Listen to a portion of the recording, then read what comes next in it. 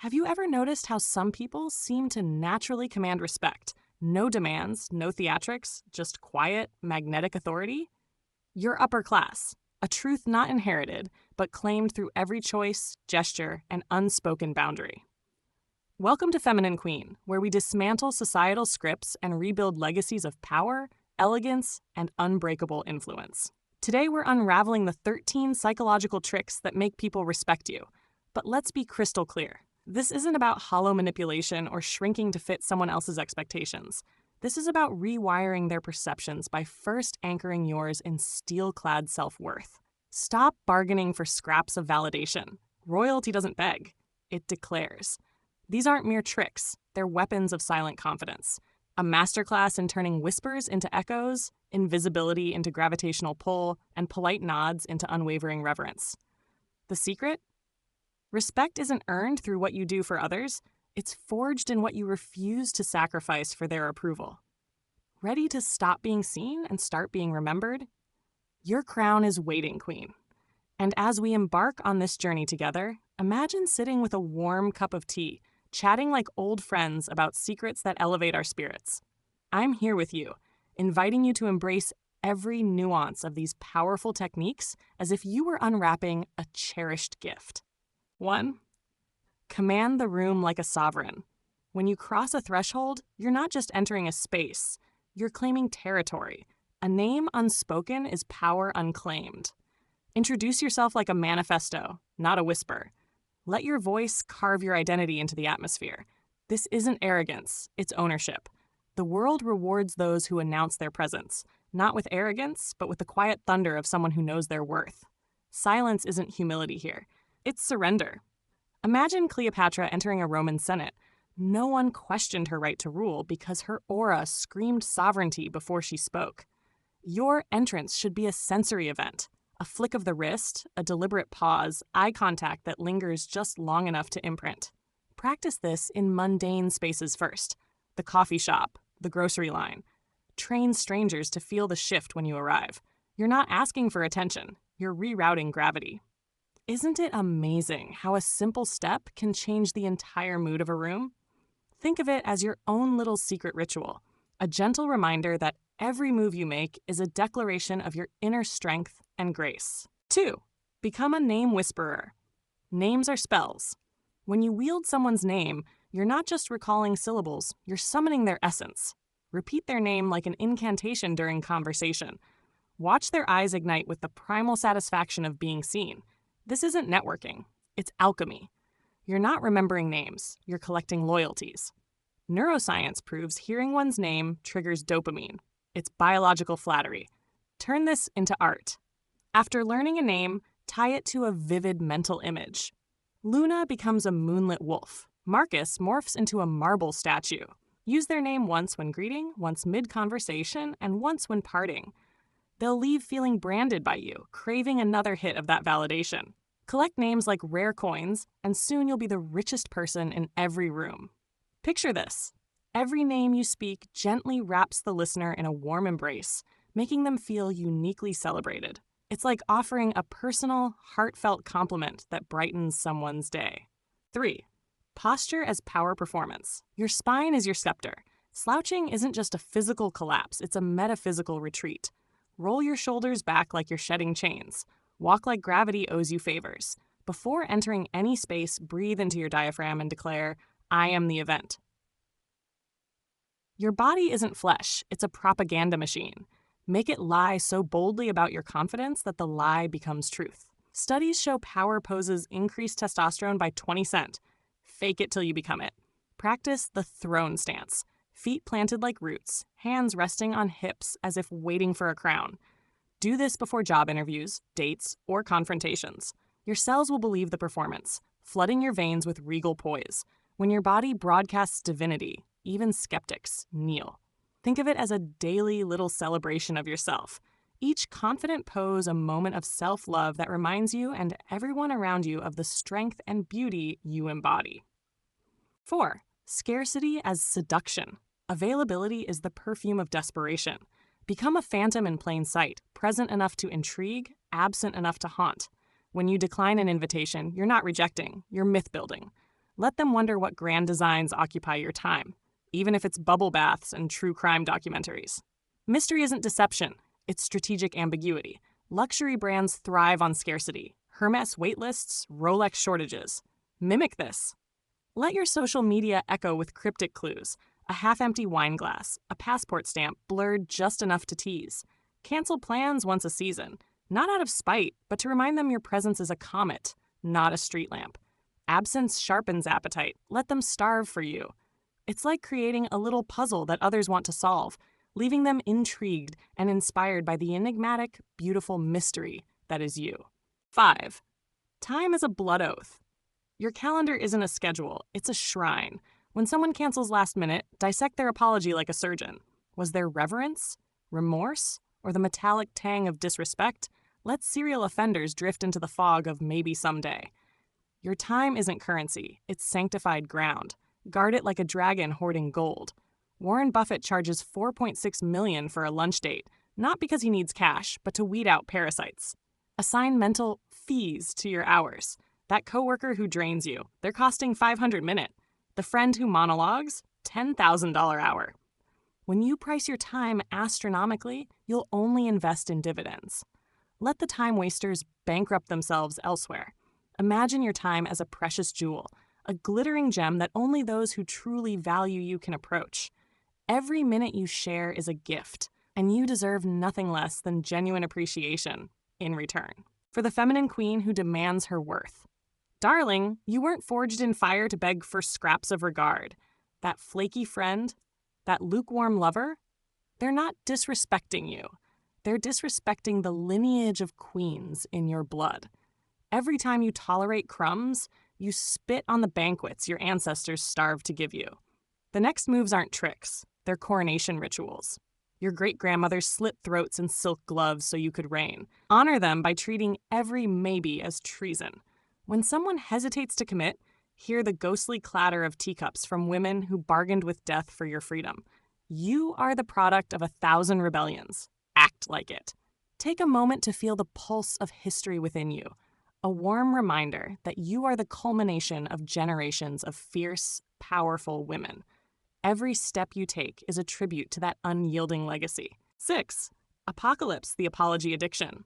Sorry isn't a magic word. It's a self-inflicted curse when overused. Replace groveling with gratitude that elevates you. Dropped a glass? Thank you for your patience transforms you from klutz to gracious host.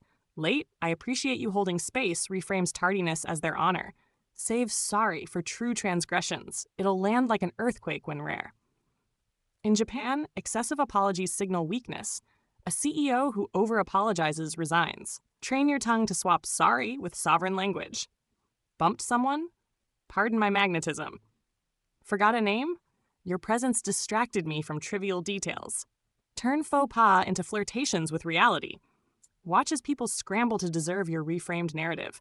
Imagine transforming every oops into an opportunity to showcase your grace. It's like turning stumbling blocks into stepping stones on your path to unshakable confidence. 7. Confess like a cult leader. When you truly err, weaponize accountability.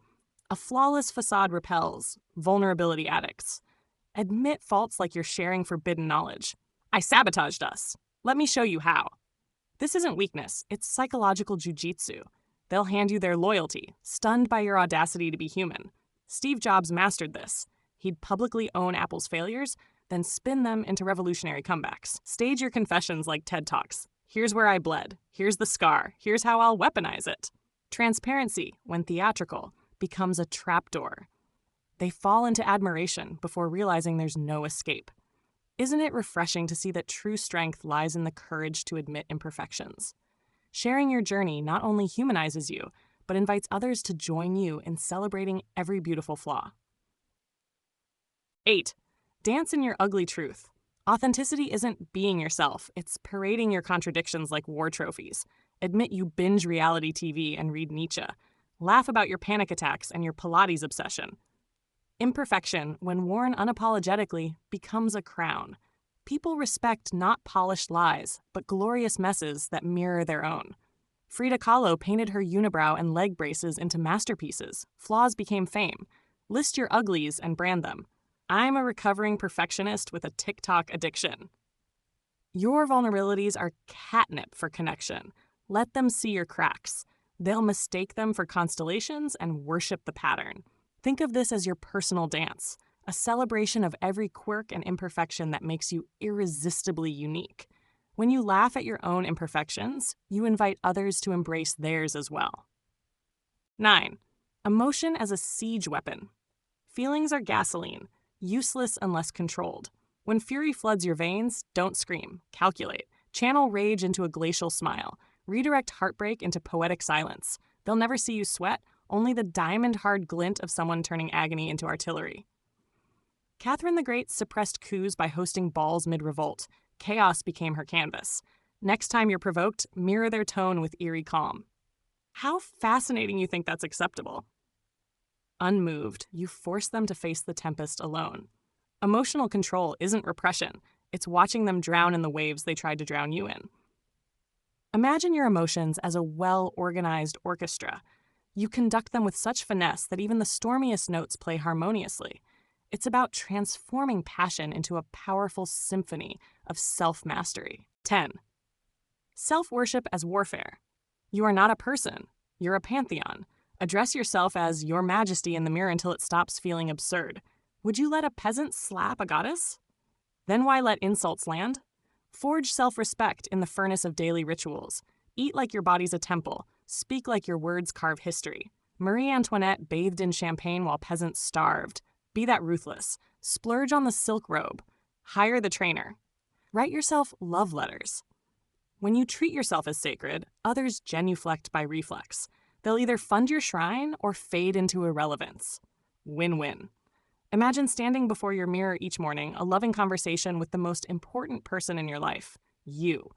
Every affirmation is a tender whisper of self-love, empowering you to shine even brighter. 11. Exile the energy vampires. Toxic relationships aren't bonds. They're tumors. Diagnose them. Excise them.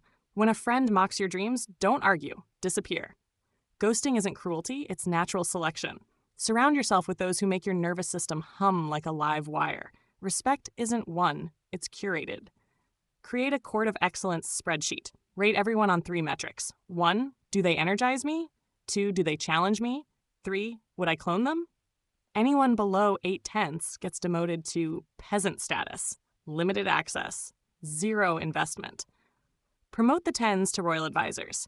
Your life is a kingdom. Go orders ruthlessly. Imagine gently closing the door on negativity, as if you were inviting only the warmest, most radiant souls into your inner circle. It's about nurturing relationships that truly light up your world. 12. Laugh at their shadows.